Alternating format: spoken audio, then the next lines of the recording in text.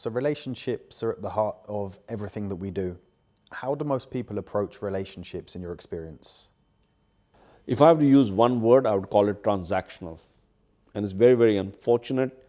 But at the root and the heart of relationships today is, everybody has an agenda, they have goals and time pressure to get things done. So their approach to all the relationships is transactional. That's really not a relationship. And a relationship has continuity to it. There's goodwill that's built in it. And unless there's goodwill, people will not want to do things for you, to support you more than they have to. So it's now become a trading culture in a relationship. I owe you one. You do one thing for me, I owe you one, and that's it. And then we're quits. That's not really a relationship. The fundamental of relationships is the quality of affinity that exists between people. And the higher the level of affinity, the higher the space you have to communicate with each other, and the faster you can arrive at agreements.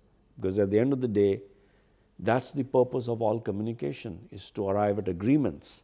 Whether that agreement is a sale or an agreement is where to go to eat for dinner or what to buy or what holiday to take, it's all about the art of creating consensus and creating agreements, and the ease with which you can create agreements through the communication between yourself and other people really makes you a great leader. And a great leader, the starting point for great leadership is affinity. And people are not necessarily focusing on affinity.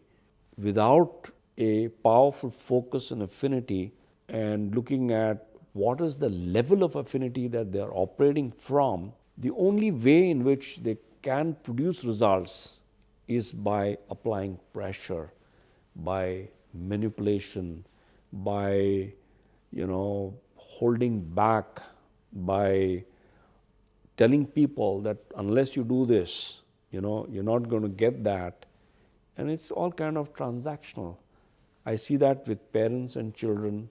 I see that with executives. I see that with the boss and their subordinates. I see that all around, where just by working on affinity and bringing that level to a space of harmony, there's so much that can get accomplished with discretionary effort that starts to show up. So relationship and the quality of relationship is measured in terms of what is the discretionary effort that you command from the people around you. And if you in turn are also willing to put in discretionary effort for other people, then what goes around comes around. And there's an effortlessness in how you can achieve the results that you want with the people that you interact with as you start improving your relationships.